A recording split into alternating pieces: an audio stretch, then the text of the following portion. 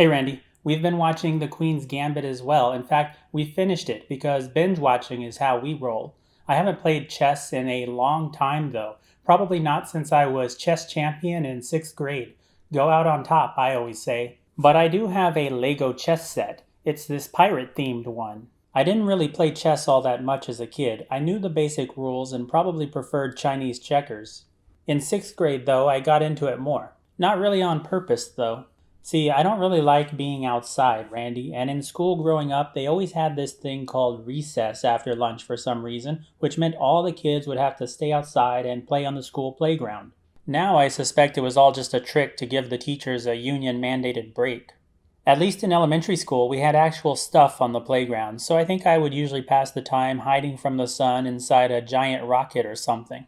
But in middle school, recess was just an open field. There was no playground equipment. Our childhood was over as we started the transition to becoming young men and women. I guess that meant replacing playgrounds with just grounds.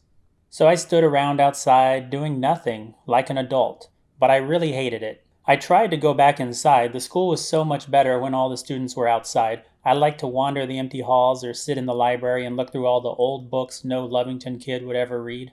But we weren't allowed inside, and the teachers would send me back outside if they saw me. Until I learned about chess club.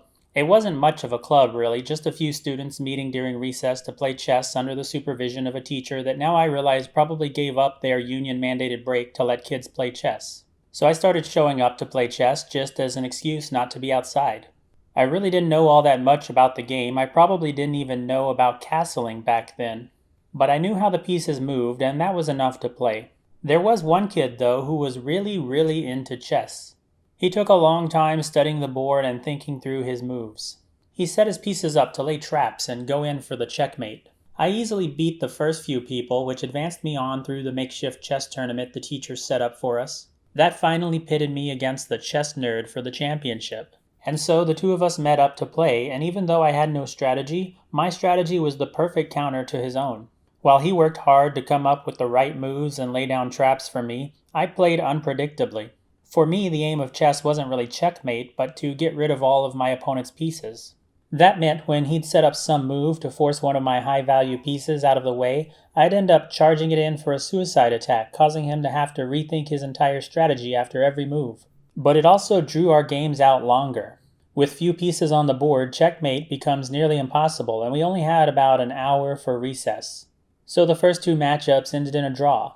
The first one I had a slight advantage, and the second he had a slight advantage. But we'd have to wait until the third game to declare a winner. Somehow I managed to beat him that third time around. I think he tried to adjust his gameplay to counter mine by being more aggressive, but that ended up with me taking a lot of his pieces quickly, and then he wasn't in a position to do much.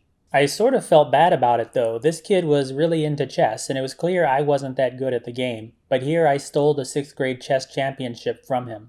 Still, he got to go on the trip to Pizza Hut the teacher organized for us as a tournament prize. I wonder what he's up to now and whether he kept up playing chess. For me, that's where my chess career ended. I had reached the pinnacle of the Taylor Middle School chess world. There was nowhere else for me to go but outside. See you soon.